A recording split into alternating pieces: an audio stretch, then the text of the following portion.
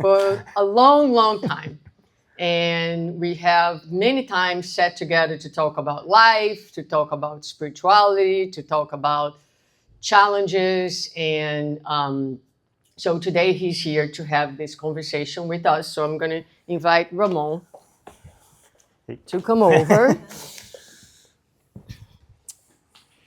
So today's purpose is a little different because Ramon is Buddhist, and we are going to have interfaith dialogue between Spiritism and Buddhism.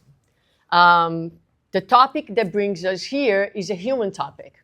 It's the topic of addiction, suffering, desire for healing, and these topics belong to humanity, to all of us, no matter where we are in our belief system. We all have our struggles and pain, suffering, challenges. And so we are going to talk about those things. And also, we are going to touch on gratitude and appreciation, given the fact that we are entering the week where we'll be celebrating Thanksgiving. So let me just open my notes here. Again, if you're coming today for the first time to one of these meetings, it is a conversation, and you are part of the conversation. So at any time, I have some questions here, but they're just meant to get us started. We trust that our intuition will take us where we need to be, and you are part of that as well. So if you have at any time a comment or a question, you're free to share your thoughts with us. But let's start talking. I think one thing that I myself have been thinking a lot lately is addiction. Because usually people, when we talk about addiction, the first thing that comes to mind is alcohol and drug use, abuse, right? But let's start talking a little bit about the concept of addiction from a broader perspective.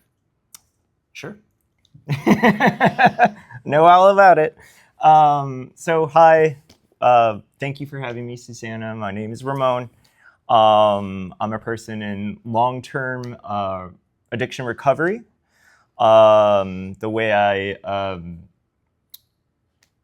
kind of got out of addiction was through a Buddhist program, and a combination of AA as well, or NA. I find that all the kind of recovery treatment modalities are great, and they help people in whatever kind of phase of their addiction they may be. So, addiction. From the large Buddhist perspective, addiction is kind of just kind of the condition we're in. We tend to think that addicts are people that we would see outside on the street without a place to live, that are struggling with substances. But from a kind of a more Buddhist perspective, it's more about the constant craving and grasping that we tend to do in our lives.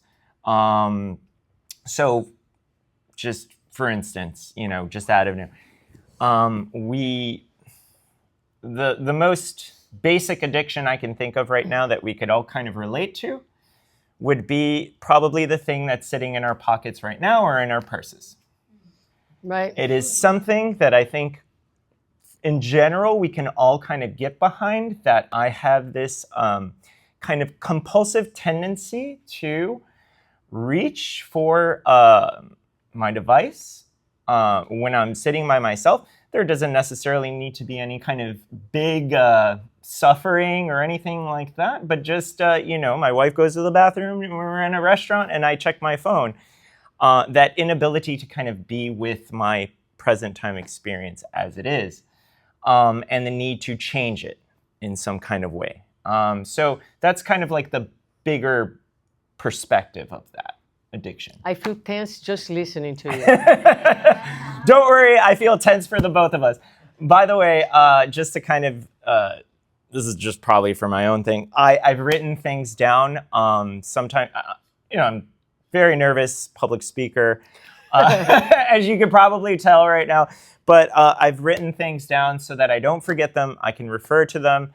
And I brought a book and things like this. So if I forget something or blank out, it's because I'm terrified right now. It's totally fine. These people are super cool. Yes. Thank you. So anyway, but I really want to start with that because one of the things that we try to convey in Spiritism is that we're not here to talk about someone else's problem. Mm-hmm. So we want to make sure that everybody understands that what we are talking about pertains to all of us. Because it's very easy to label someone else as the problem or the ill person and be unaware of how what we are seeing so easily in someone else is also part of our struggle. So it's very difficult to be with oneself. I know. Right? It's very, yeah. Definitely. And when we were talking, because, Friday afternoon we met, and you shared with me a story about two people that you heard having a conversation. Mm-hmm. A guy who was a meth addict. Yeah. And someone else with an eating problem. And you were like struck by the similarity of the content of what they were saying, although were two things completely different. Totally. You want to share that? So I attend, I facilitate and attend recovery meetings all the time. And I was outside, during a break, and I heard, there was a guy there. He was kind of heavy set, and he had an eating addiction to food, And he was sitting outside with another guy who was recovering. He had, been to a treatment center. He was recovering from meth addiction. And they were having a conversation with each other. And the guy with the food addiction was like, man, it must be really hard to, be addicted to, meth. I mean, that's like horrible. And he's like, yeah, but like, if you're like addicted to cupcakes and you're spending all your money on cupcakes, and then all of a sudden, before you know it, your bank account is at zero because you've been spending all this money and you can't stop that, we kind of end up in the same place, right? And I would go so far to think is that internally, both of those people end up in the same place as well. Right. So. And the causes, right? So addiction is, I think we can say, it correlates with suffering, with scarcity, with disconnection. So and all of us in our humanity, we all have our wounds, our traumas, our pains.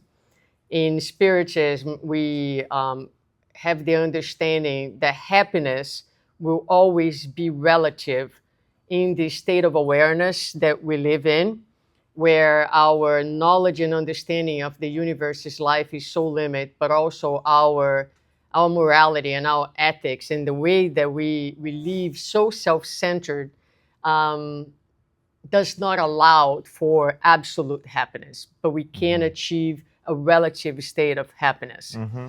And addiction gets in the way of happiness. It does. You want to talk a little bit about that? So yeah, I mean, the best definition that I've heard too is that it gets in the way of the things that we want to do most with our lives, right? That addiction, whatever that may be, and it could be a substance or it could be a behavior, but it really, it presents as a barrier to being able to live your life more fully, more connected, with more contentment. We use the word happiness a lot. Happiness can be something that is very kind of like an emotional, like, oh, I'm happy when I have this. But I think that sometimes we kind of miss out on just basic contentedness. Mm-hmm. You know what I mean? Where our basic needs are met and we feel content with the way life is, or the, you know, and that may include everything that it includes, both the good and the bad of life, and kind of establishing some kind of balance with those two things. But yeah, I think that addiction definitely gets in the way of the things that you care most about, and it gets in the way of expressing, you know, the love for the people that you have around you as well. You know, that it becomes a barrier to that, right? So We did talk about that, Mhm. the expression of love for the people, and I'm going to go back to the suffering in a little bit. But since you touched on that, you were describing to me your personal experience in addiction, and the foggy state, and also the inability to perceive the suffering that others experience, you know, family member, caregivers, and so forth. Yeah, it's a very kind of self-centered experience when you're in addiction, right? Because the only thing that you really kind of realize and see is your own pain, your own suffering, and you tend to think that the life is kind of doing it to you, or your experience of life is doing it to you, versus you are actively playing a role in the creation of your own suffering and addictive behavior. So definitely, I think that, you know, when we talk about addiction, it's important to note that the person in addiction really is kind of like in their own world. And not that they would want to hurt other people around them, but it's just kind of collateral damage, unfortunately, for the people that are connected to the person in addiction. And it becomes very hard for the families to feel connected to that person, because if they could just change, right, then you know, things would be better. But they're really kind of in their own world. It becomes like this fog you can't see, and really the only things that you think about mostly are just like your own pain and suffering, and you just get wrapped into it. And you know, for me, it was very tricky because I didn't really understand how I even got there to begin with. Sometimes with my own addiction, it was something that unfolded over a long period of time, until the point where I was like, oh wow, you know, I don't have much money, I'm a mess, borderline going to lose my job, lose the people that I love in my life if I don't act with a sense of urgency. And you know, my addiction, my drinking did not start out that way at all. You know, it definitely progressed over a period of time. So yeah, I mean, it becomes a dark place, in other words. And so in Spiritism, we understand pain as a natural phenomena in life. And I like to give this example, when if you want to get stronger or fit, you're not gonna get there sitting on the couch comfortably and watching Netflix. You're gonna have to put yourself under some level of strain and stress, and your body will respond to that. So pain is connected to growth. I mean, we grow, it's a natural, but then there is suffering, which, you know, in Spiritism, we see suffering as our resistance to life, our no acceptance of the natural flow. and the disconnection from the meaning, the purpose, the reasons why we're here. So we have this understanding that the universe, that God, that everything is conspiring for our betterment and for the manifestation of our divinity. So challenges, difficulties, whether it's a illness or challenges at work, relations, all kinds of things, it's all tools. It's all tools. There are opportunities that we should take, always asking ourselves, what is this here to teach me? And how can this situation make myself better? But also, we can create our own suffering when we make poor choices that instead of adding to our economy, is like we are doing constant withdrawals and creating this place of pain, of scarcity. So I just want to hear from you a little bit on a Buddhist perspective. How do you see pain and suffering, and how do we connect that to addiction and the experience of addiction? Okay. So, we would call stress or unsatisfactoriness with life, dukkha. They call it dukkha, which is suffering. It could have various forms: acute suffering and pain, and then there's kind of the milder forms of just discomfort or dis-ease with how things are right now. Now, when you were talking about that this stress is, in addiction, you can have an adaptive response to stress, or you can have a maladaptive response to stress. So in addiction, we would say that, addiction to substances and behaviors is maladaptive response to stress. However, the stress that we experience can also be transformed into adaptive or positive types of adaptations. I'd like to read something from a book here, because it's going to come straight from the source here. Okay. If I try to talk about, also too, I just want everybody to know I am not a kind of empowered Buddhist teacher by any means. I just want to put that out there because this is there are Buddhist teachers out there who teach. I'm just somebody in addiction recovery. You're the real thing. Yeah. Well, I've dealt enough with the because I was going to tell you, because stuff. one of the things that I really try to manifest here is you can go listen to outstanding speakers anywhere, and nowadays they're everywhere in the internet.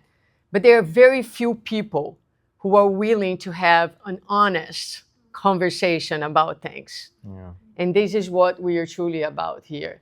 It's about this place. The way I like to think about this is a place where everybody is welcome to be who they are and to share their stories, because otherwise we live here with concepts that are theoretical but do not resonate necessarily with our day-to-day.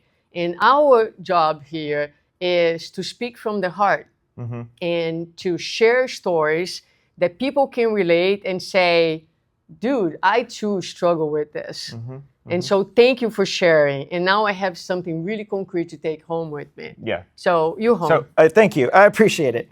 So yes, and if you have questions or anything, please, the more this is a conversation, the better. But I'm going to start.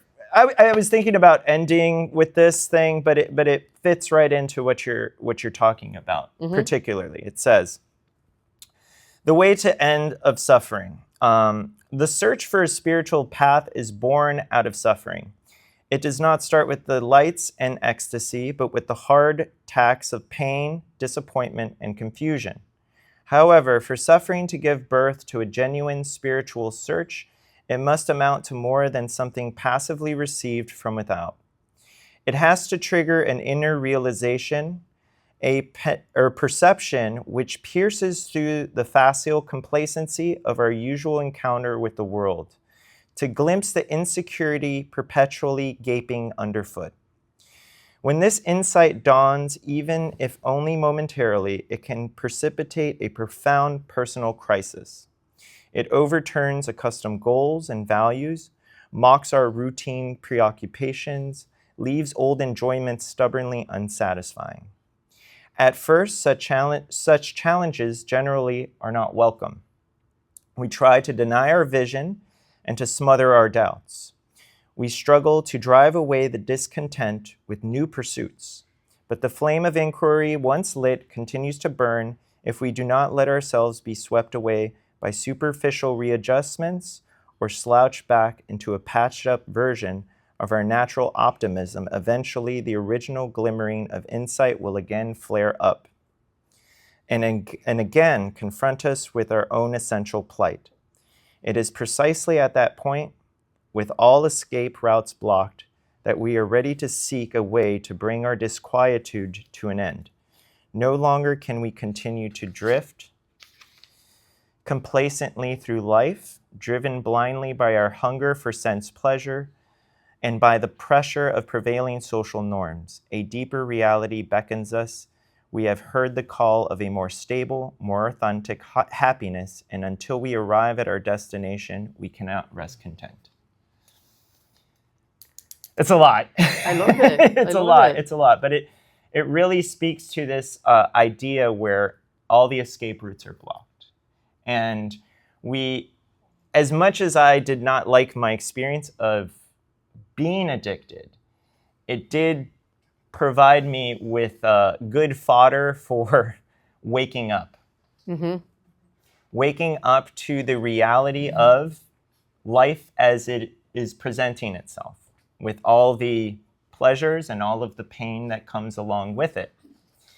For the longest time, I thought I was doing something wrong in my life, that I was experiencing this pain and this suffering. But kind of the relief of the program is that suffering and pain is just a part of this life, that I wasn't doing anything wrong per se. I was adapting, I had developed maladaptive behaviors for sure, but I wasn't experiencing something different than anybody else was experiencing in life. That my suffering and my pain was not unique from anybody else's, and that there was a way to work towards a more stable and peaceful way of living, I would say, in my life. And that was hopeful for me at that time. Mm-hmm. Really in the depths of my addiction, I really did try to, I was reading a lot about addiction and trying to figure out how I got here and what anything that would help, Mm-hmm. And, I was like, out of cards. I had no idea. And so it started to become more and more appealing to just not be here, because life was just too much. And it would be much easier if I was not in it, participating actively in it.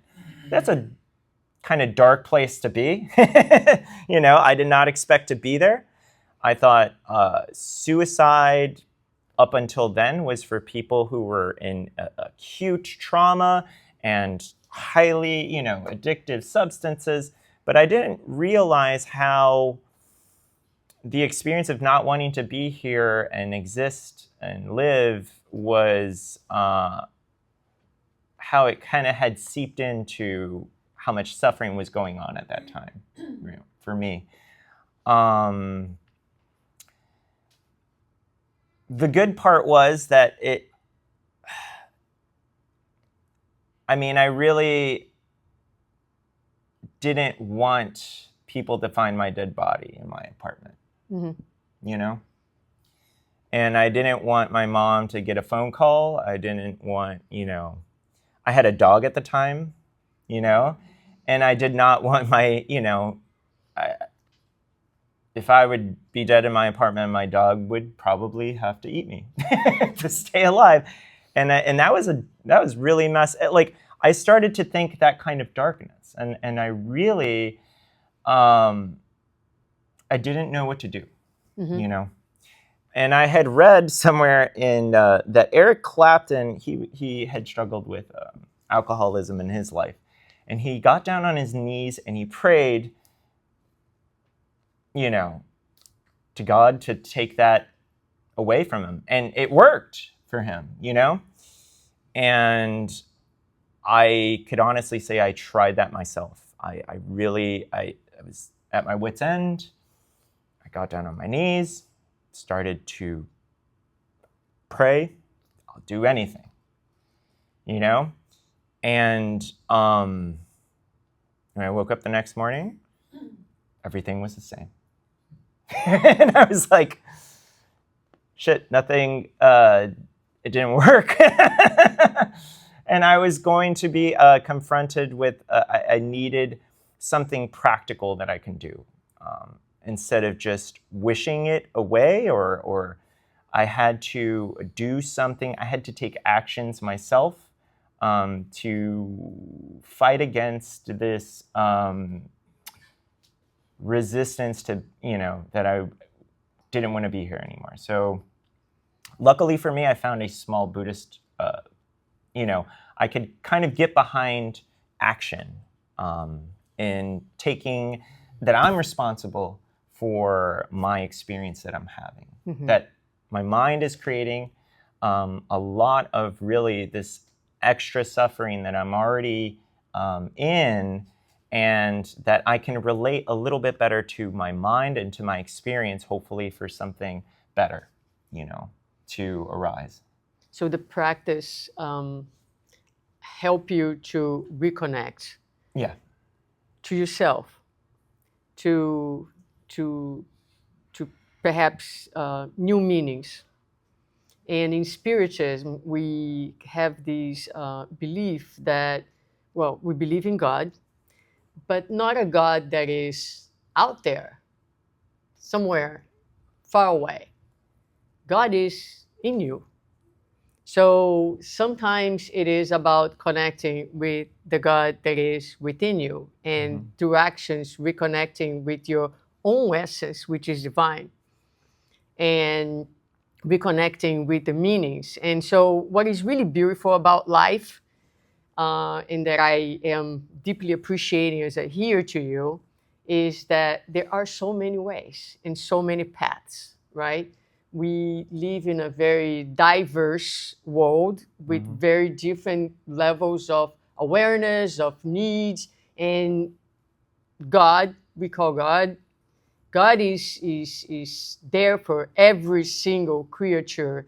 And the way it is it provides us with so many different ways to reconnect to it. And people call God, people call higher power, or whatever it is, but it's not something, again, that's outside, but within us. So with that, I think, first of all, thank you for sharing so much. That was super touching, and you disclosed some things that we haven't even talked about. But let's talk about healing. Let's talk about healing. And so, let me my thing close here. I had some. We can't end on a bummer. So, from this, I got better. That's why I'm here.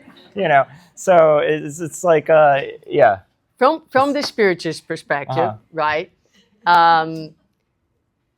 Healing is deeply connected with knowing oneself. Okay, so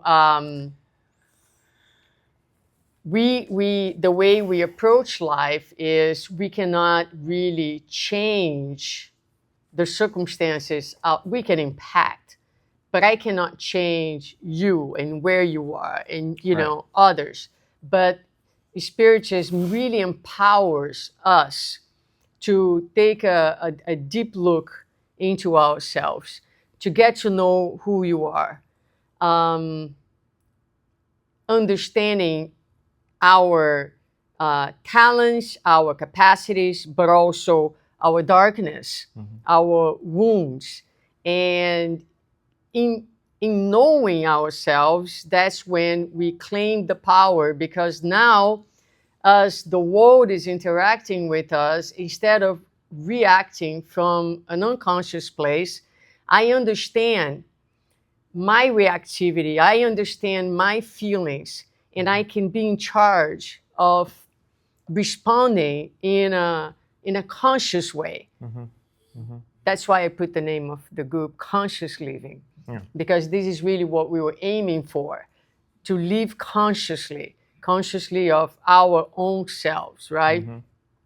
Now, this is hard because it takes a lot of courage and a lot of humility, humbleness, to be able to actually accept your own humanity. And I believe that religions do a very, sometimes unfavorable job, in the sense that this pursuit for goodness, I have to be good, I have to be better, brings an underlying message of you're just not good enough. You're just not enough, you know? So we can never be in peace with who we are at the present moment. So I like to think, and this is not across Spiritism, you're gonna, I mean, this is a newer way of thinking. Sure. So the goal is not to be better, the goal is to be. Yeah.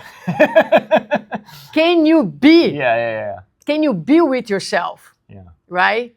So healing is the ability to be with oneself at any moment, and to bear the unbearable, and to touch this dark place. And in being there is where you actually find the light, because the light is right there within the darkness. So you cannot get to the light without going through the dark places. And I think that's a big challenge for us as humanity. We live in an era of instant gratification. No one wants to be at a place of discomfort, so we are constantly, right, seeking, busy, distracted. But I think that healing from addiction is definitely about understanding, because the addiction is a symptom. Understanding and dialoguing with the pain. Yeah. Your perspective. Yeah. Pain and the pain and suffering they're going to be there, whether you're addicted to substances or not. And but you can learn the capacity, as Suzana was saying, to not only bear, but in the Buddhist perspective, is to bring kindness towards the unbearable. Bring kindness towards the experience of anger, hatred, greed, delusion. These are the things that we are trying to embrace in our lives and to try to understand. So going back to the healing part of it, in Buddhism we have the 4 tasks of what we are doing with kind of our experience. And for the first task is embracing life. And it's to acknowledge the reality of suffering without denial and embrace the whole of life with its difficulties. And that includes everything and everyone. People we like, people we don't like, and just bringing that into our lives. And the way that we do that is to actually, little by little, start to bring a sense of compassion, loving kindness to those experiences. So in Buddhism, there are what we would call the 4 heart practices. And I don't think it gets talked about enough because we tend to see mindfulness everywhere. In the supermarket, it's a big thing, mindfulness. And mindfulness is only one of the components of the Eightfold Spiritual Buddhist path that we're kind of talking about. But from a Buddhist perspective, God, we would say that there are practices to help us develop our capacity to be kind to ourselves first, and then we learn to be kind to the people that we love, and then we learn to be kind to a neutral person, and then we learn to be kind to people we don't like. So kindness is not something that we have or don't have. It's something that we can learn to develop over a period of time, and which is what I found the Buddhist practice to be appealing, is because I did not feel kind and compassionate towards myself. And so I was able to take these practices and just sit with them and start to develop a heart that was a little bit more kinder to my experience. The term that we use they're called the Brahma Viharas. So Brahma is God from the Indian perspective, and Vihara is house, and so you put those two things together and it's the house of God. And so the Buddha wasn't big on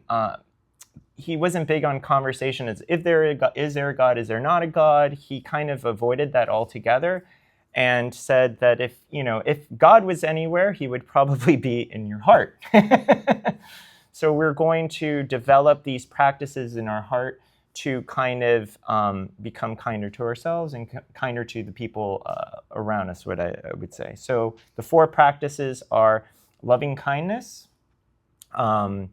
appreciative joy, which means the capacity to appreciate other people's joy and what they have.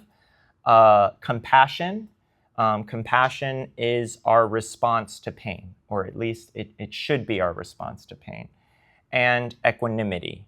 Equanimity is a practice that kind of balances everything out. So how can we be equanimous with our experience, both the good things and the bad things? And so learning to hold everything kind of in a balance together. So those are the 4 heart practices in Buddhist. And we sit with them and we recite we're going to be doing one on gratitude towards the end of this conversation, so you can kind of see what it feels like. But, at first, when I started doing these heart practices, I was at a retreat, my first retreat, and the guy was like, feel into your heart. So I was sitting there and I was like, feel into my heart. I'm like, I checked and I was like, I don't feel like anything in there, And I was like, wow, this is an interesting experience. And so I was like, and then I freaked out, right? Because I thought, oh my gosh, I'm like, I don't have a heart. I don't have a heart. I'm not a kind person. But at that point in my life, I had traveled so far from my heart and who I was, I believe at that time, that I wasn't even feeling things at that point in my life. I couldn't feel my own disappointment towards things. I was just a big ball of numbing. That's all I did. In my addiction, I just would get hammered all the time and float through life like a ghost.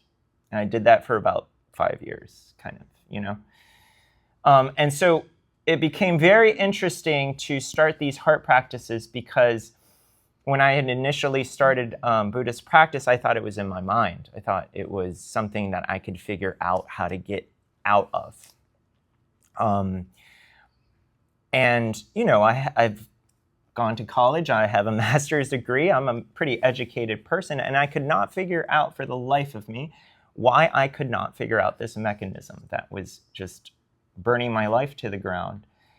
Until these heart practices, I started to practice these heart practices. and it starts to, so in Buddhism they have liberation from the mind, and there's also liberation of the heart. Liberation from the heart is another means to awakening, right? So I started to practice that more and more, and just started to, it was very dry at the beginning, may I be filled with loving kindness. And it just felt like nothing. Like I would just recite them over a period of time until I just started to notice that, like, if I would mess up something, I would initially go to that reactive place in my head where I would just call myself a piece of shit and just throw everything, And I started to notice that the dialogue to my own self became a little bit more friendly to myself, Yeah. And I was like, these things are, it's verified faith that this practice is working for me. And it was very, I was very hopeful, and I started to see a little light at the end of the tunnel that I could get out of this, and I think everybody can, and really, yeah. How did you, I mean, this is amazing because I like to think of the path of healing being a two-way road. So working with the mind and making the connection of the mind with the heart, but it's an exercise from the outside, which you practice your mind, you repeated that until the moment that you could actually feel like your heart started to respond, and you started to respond your relationship with yourself by the practice. But at the same time, there is the other way, which is the work inside out. So I think it's most powerful when we combine both, which is the practices with this ability to sit with the uncomfortable and to do this. When Jesus says, watch and pray, I always say, when I'm doing my lectures, he did not invite you to watch someone else's life, but rather is watch yourself, right? Watch your own behavior, watch your... So I was listening to this, and this is so much similar to Spiritism in the sense that we are not going to treat anyone better until the day that we do that to ourselves. We treat others as we treat with ourselves. So if we are harsh, if we are hostile, if we are judgmental, if we are diminishing, we are doing that to ourselves. So the day that we become more loving, more compassionate towards ourselves, that's going to naturally spill into the way we perceive others, and we also deal with others as well. So it's.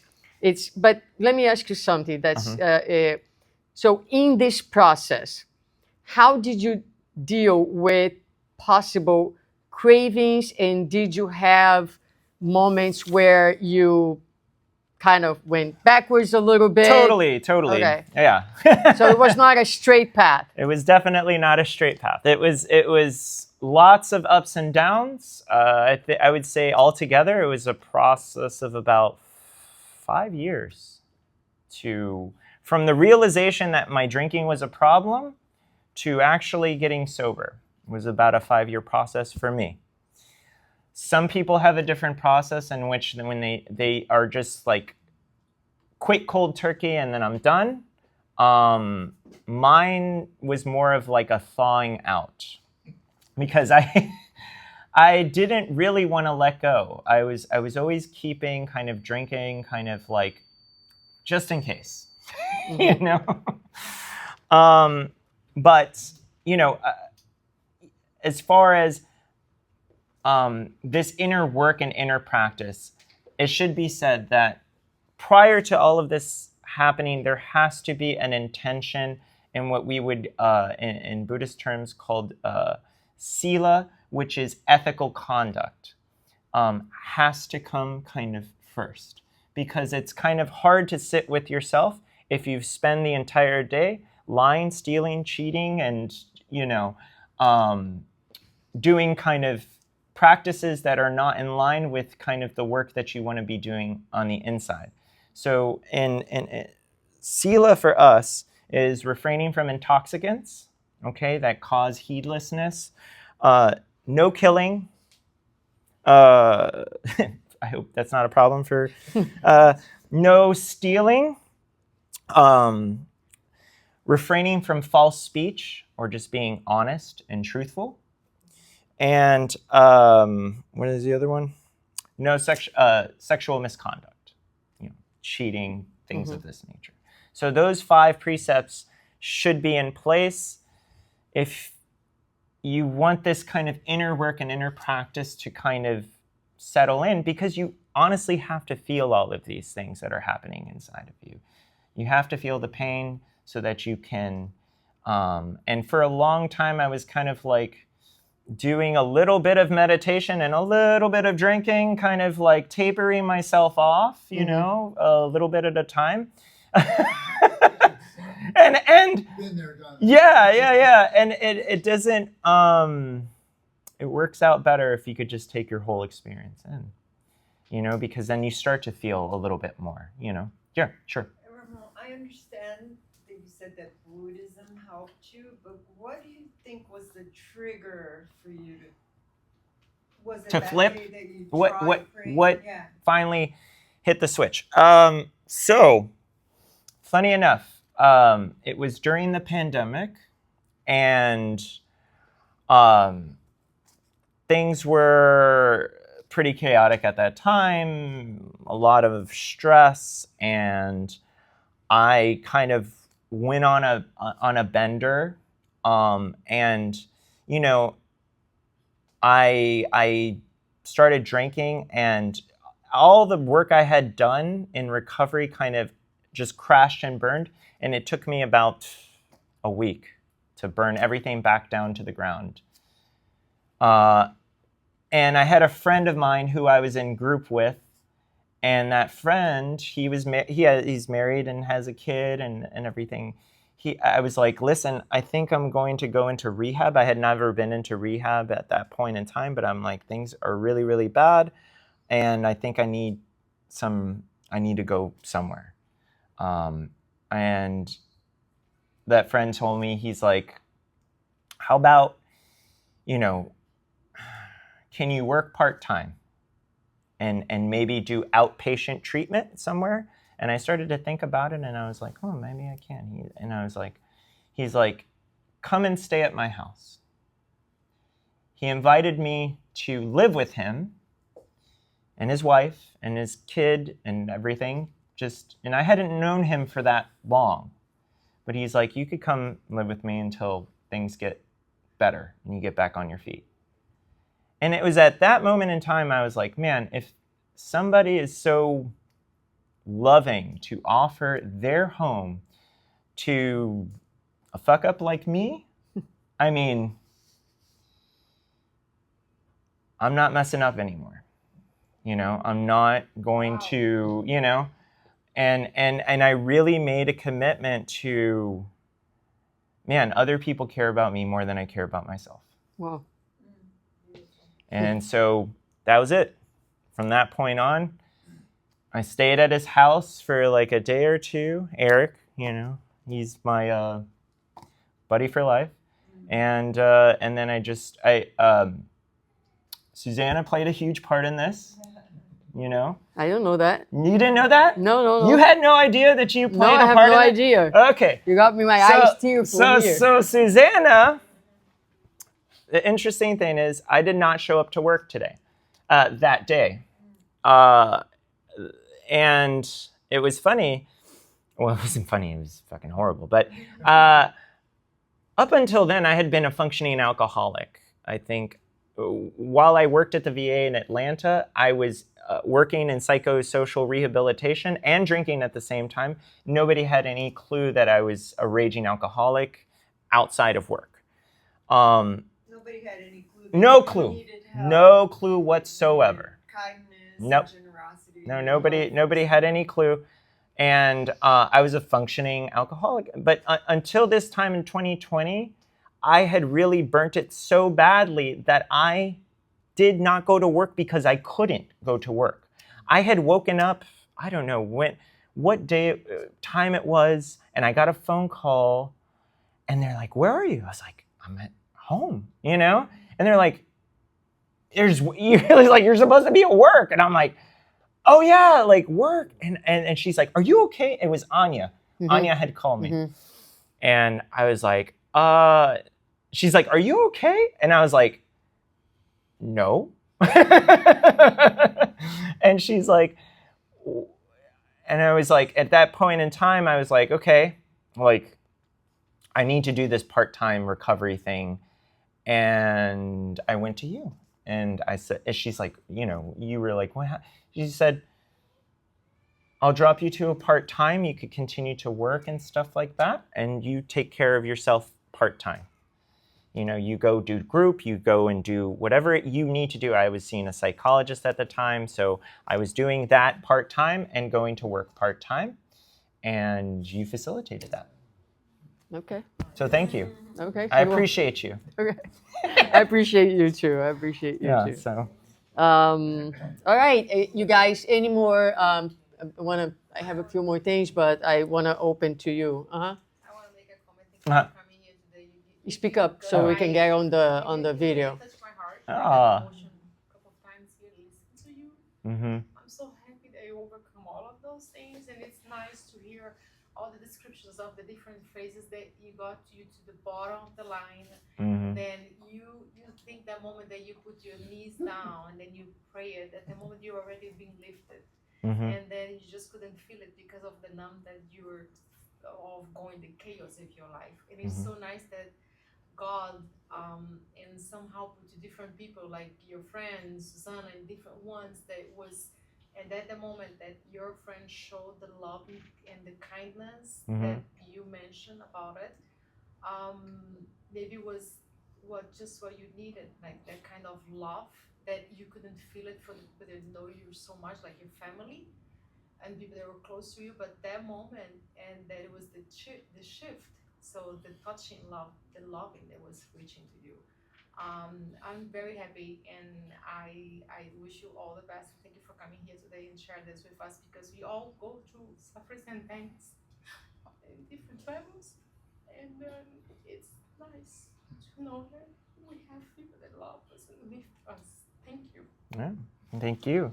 All right, Yeah, all right. sure. Wait, online. Go ahead. Then Elsie, then. Chad, thank you so much. I'm in recovery. I've been sober almost 20 years. Oh, that's awesome. And I really liked what you did was line up that situation with the phone. Mm-hmm. Because I was with somebody yesterday. It's like, you need to go to AA for the phone.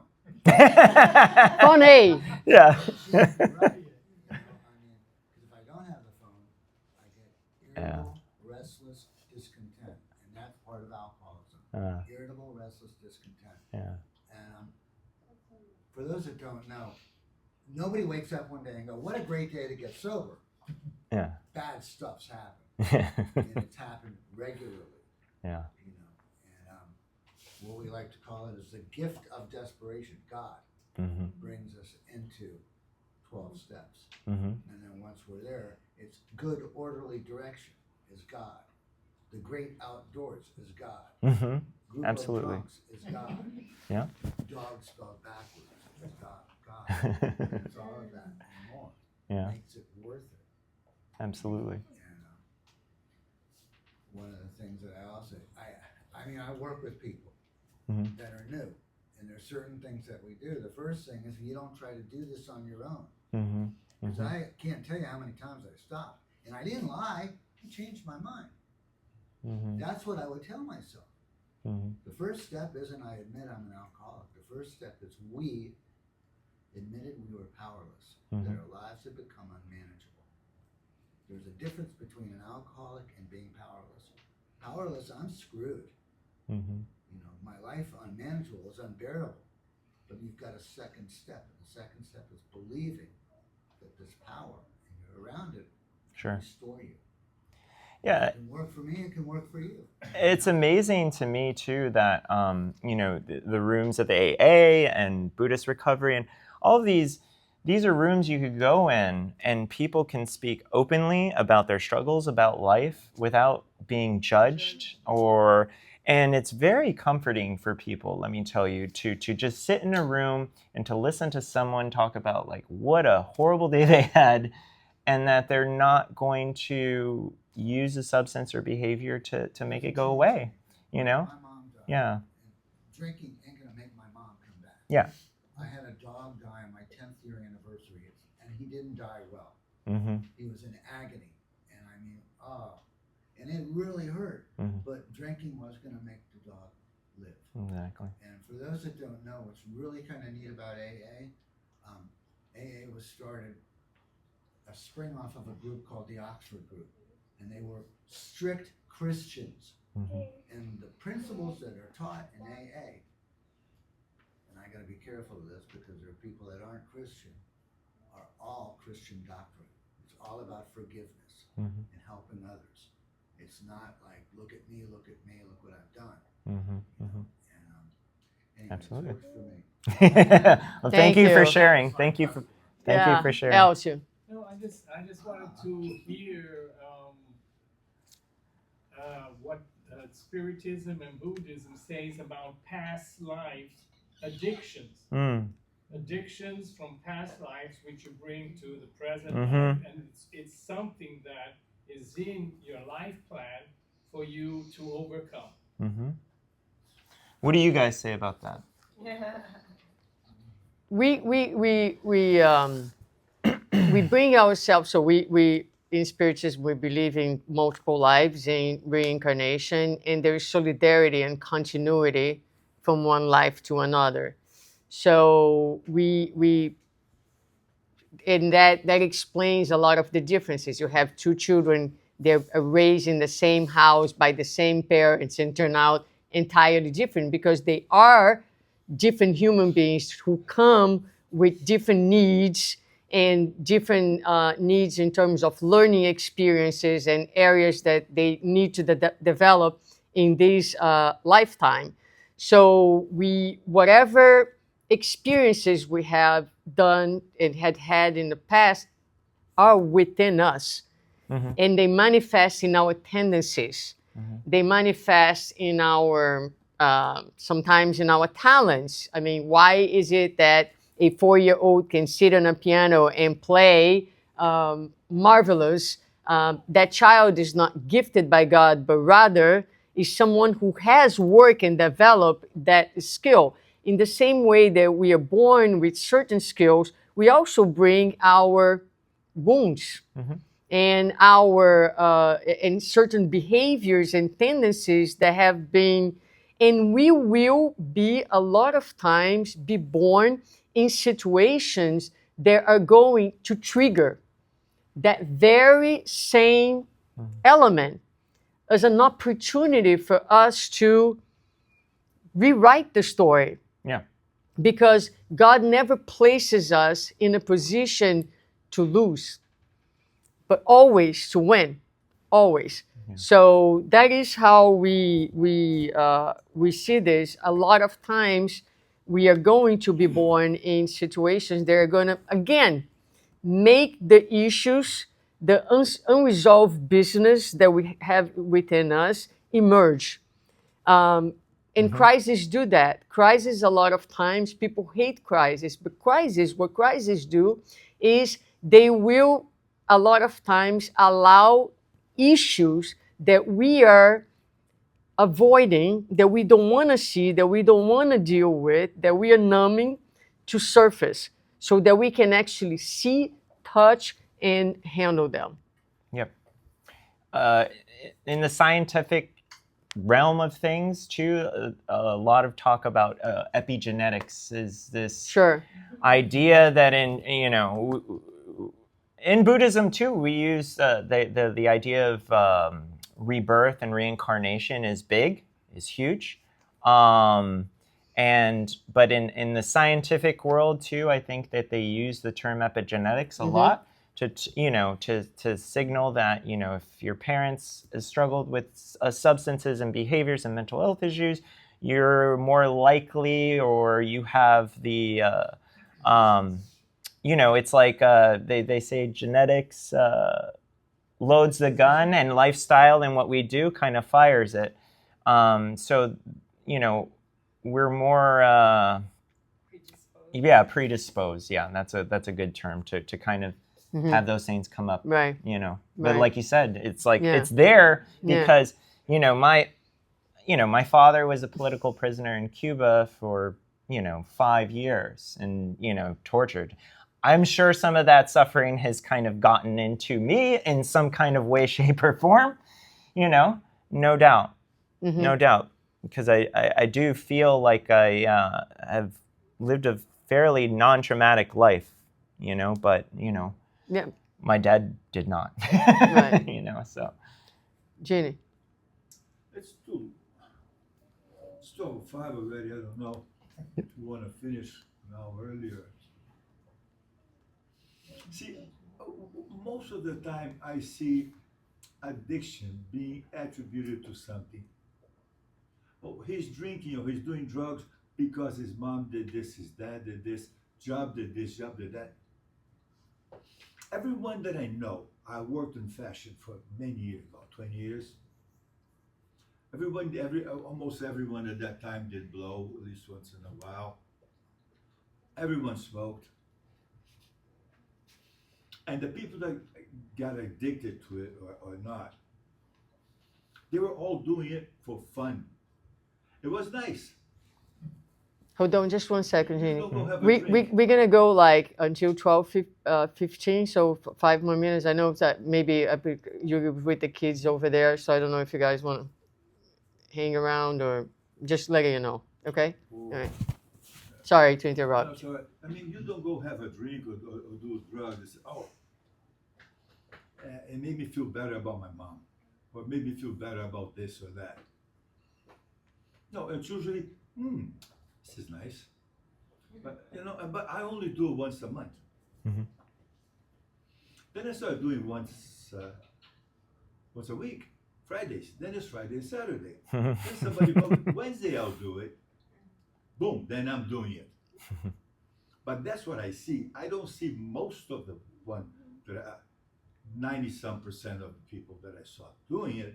They were all functioning. I don't know if they were addicts or not, but doing a lot, all the 3-4 times a week, was because it was nice. Mhm. And then the nice sometimes falls into addiction. Mhm. And then they cannot stop. Then it's every day, then they have the problem. But what I was hearing here, it's always because of some kind of suffering or some pain. I think the suffering and pain comes after. Mhm. Not when you're starting, not when you're doing it. You cause the suffering and pain after. Yeah, a lot of times there's a common belief that addiction has to do with the number of times you do anything. Addiction has to do with what are you using the substance for. Mhm. And That's what they do. so you start using because again you can't sit with yourself. It's too uncomfortable. It's easier to feel a little high. Or I drink because at the end of the day I need to relax. So you're telling me you cannot relax without alcohol? You're unable to find a state of peace and relaxation without a drug?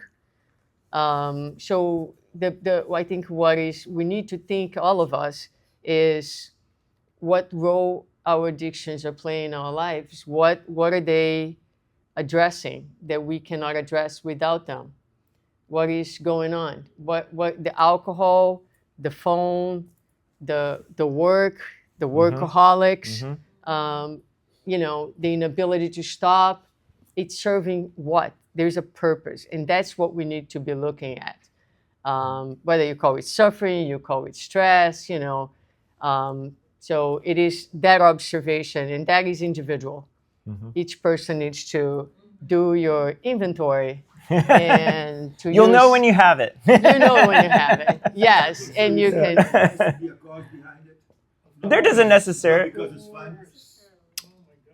Well, there doesn't necessarily. I mean, there's doesn't necessarily need to be a cause behind it or anything, but it could be something totally individual to you.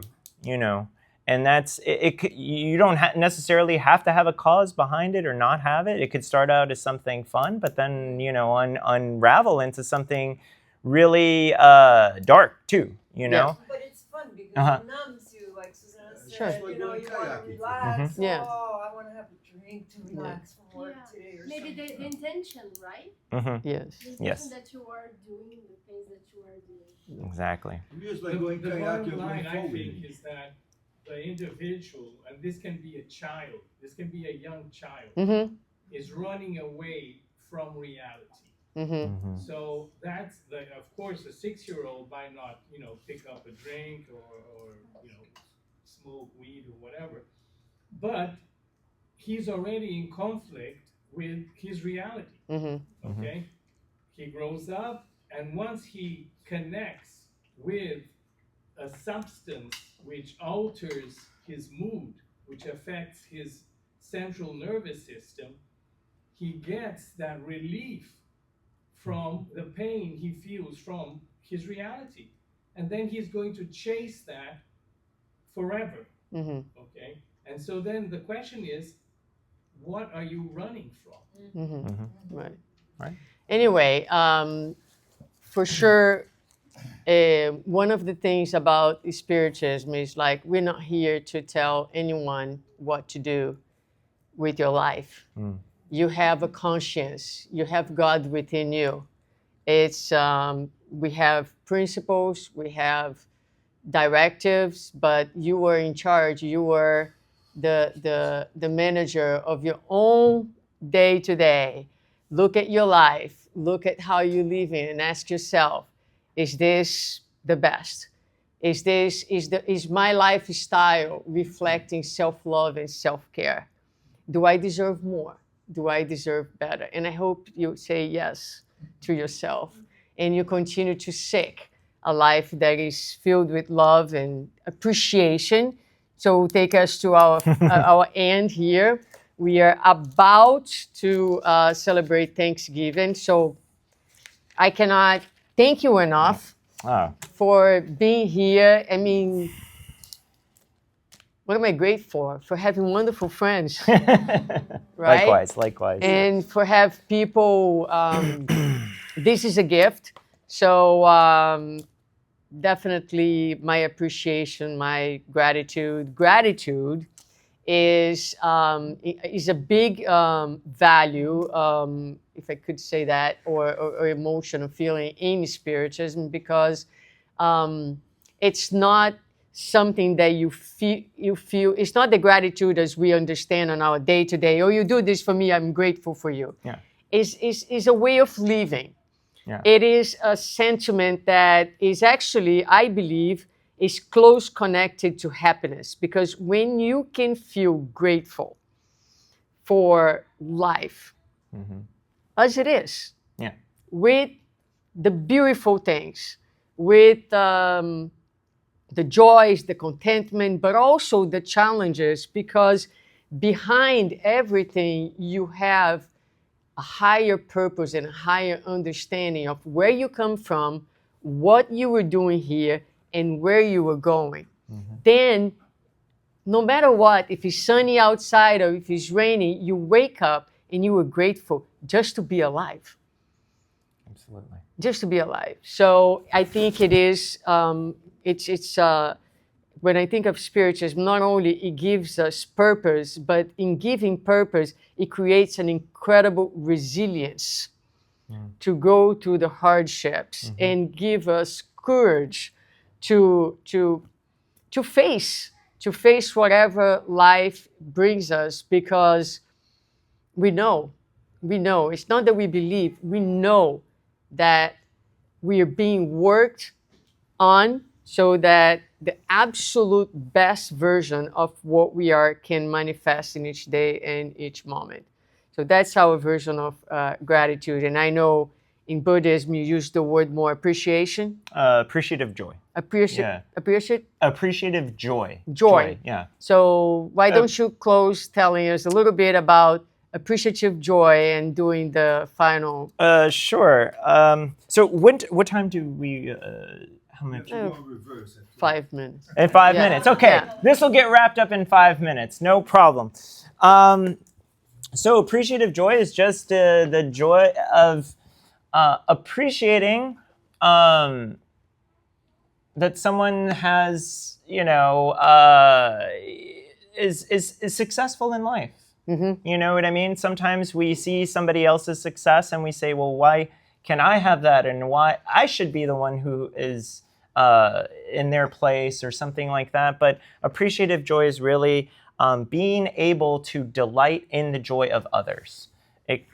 It's really easy, too, to watch kids, right? When you see kids, you're like, oh, I want to take his job or something like that. It's just like kids are naturally joyful. When we see them playing around, we have an appreciation to see their joy, right? So it is one of the heart practices is to delight in the joy of that for ourselves, the joy that we can create ourselves, but also the joy of others, right? Mm-hmm. So I'll start with just a little one hit of the bell to start the meditation. This will be very quick. It's just to kind of wrap up the. So I invite you guys to just sit comfortably. Should we turn off the light? You don't need to. No. This will be Okay. quick. This will be quick. Okay. So just sit comfortably. We don't need to sit in any kind of fancy way to meditate. And just kind of taking a couple nice, long, deep breaths in through the nose. And exhaling out through the mouth. And perhaps before we start, just kind of sending yourself a bit of appreciation for just coming here this morning to connect with others.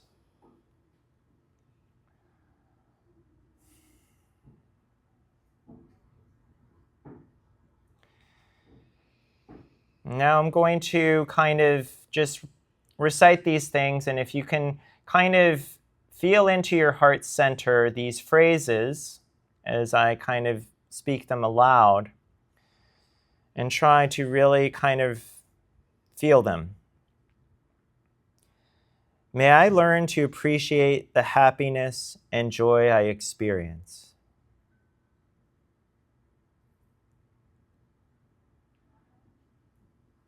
May the joy I experience continue and grow.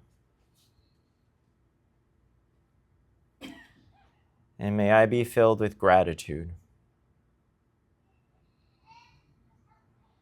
So may I learn to appreciate the happiness and joy I experience. May the joy I experience continue and grow. And may I be filled with gratitude. Now I want you to think of somebody that you love very much, or somebody who's easy to be with. And this will be your benefactor. And we are wishing these phrases for our benefactor.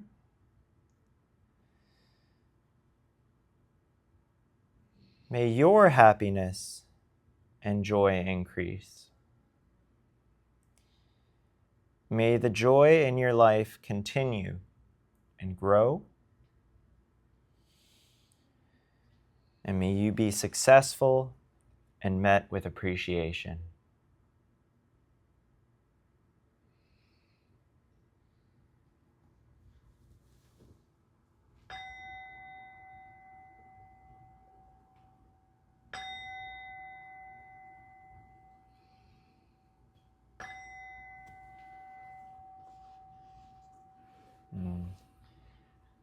You can gently open your eyes, bring yourself into. Thank you for having me here today. Thanks for inviting me. Thank you, thank you. So we'll close today our meeting a little different than the other days, but I'm sure everybody, I don't know about you, but I feel very nourished and gifted. So thank you, and wishing everyone a blessed Sunday. Thank you.